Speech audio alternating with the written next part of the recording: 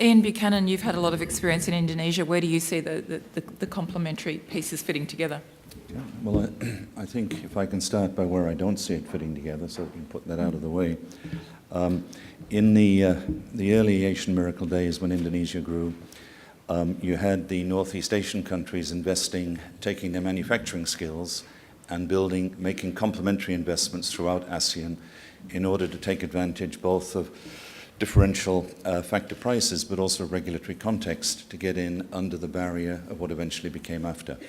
So I don't see Australia, with its much more limited manufacturing base, offering complementarity there. However, for the next wave of growth for Indonesia, there are probably three big areas, and I think they're nicely illustrated by some of the platinum sponsors up there. Number one, a lot of Indonesia's resource production, right across the spectrum of resources, is infinitely less sophisticated or competitive than Australia's. I took a group of Australian mining company executives to Central Kalimantan 2 years ago, and we looked at the way gold was mined, coal was mined, rare earths were mined, and I've got some pictures. I subsequently gave a talk at Lemhanas on KKN, on corruption, and I took pictures of the informal economy down there, and the gold mining was people up to their waists in cyanide-filled water with pans getting flakes of gold. So 6 people to a crew got 2 to 3 grams a day. So companies like TIS are adding a lot of value in helping to mine and transport coal much more efficiently, and that will add a lot of value to Indonesia's economy. Secondly, elsewhere, services sector. Commonwealth Bank is a platinum sponsor. Watching the way in which the foreign banks have increased the professionalization of the enabling infrastructure of Indonesia, which will enable competitiveness across the full economy. So I was in Jakarta Thursday, Friday, meeting with the foreign investors that own 35% of one of the largest telcos in Indonesia. And they've spent the last 9 years learning how to work effectively, and it's been very hard for them, but it's become their, after many initial horrible battles, I've worked with them throughout the 9 years, it's their most profitable single investment anywhere in the world. So right across the services sector, and Telstra was offered that stake in 2002, didn't take it. And so many opportunities in the services sector. The third one is not one that there might be as much revenue and profit for Australian business, but public-private collaboration to help build institutional capacity right across Indonesia, public and private sector. So more in the public, getting the institutions right. Just to give an analogy, from our base here in Sydney, we spent the last year working with the Malaysian Prime Minister's office on a process called the New Economic Model Process. They set up something called the National Economic Advisory Council, Public-Private Advisory Council. And as a result of that process, they've launched a fundamentally different approach to the economy and what they call a government transformation program. So on the 26th and 27th of January this year, Austrade hosted a 2-day event in KL where members from the PM's office, the Public Service Commission, came over, and the Malaysians laid on the head of every single government department. The SecGens laid on a full-day cabinet meeting for the head of the Public Service Commission, and out of those 2 days of discussions came a major program of where Australia can help to transform and upgrade the machinery of government to deliver public services more effectively. We're trying to get Indonesia to follow the whole NEAC process, but irrespective of that, Austrade and the embassy can collaborate to start to bring the public sectors together with private consultants and help to upgrade the whole machinery of government. So 3 areas. Thanks, Ian. Noke, could I have your views on the complementarity between our 2 economies, please?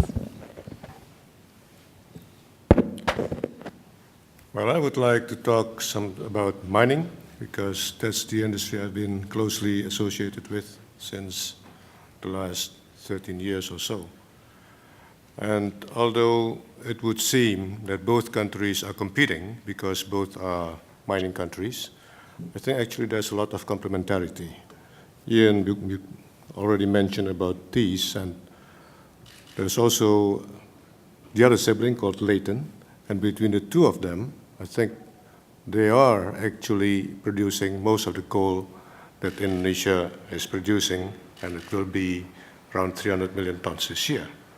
So don't take things at face value, and I think Indonesia is not a mature mining country yet, and a lot of the coal mining operations are run by non-miners.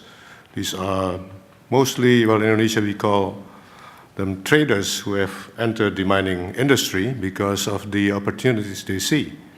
And the high commodity prices are, of course, interesting to anyone. So a number of mining companies are already in Indonesia.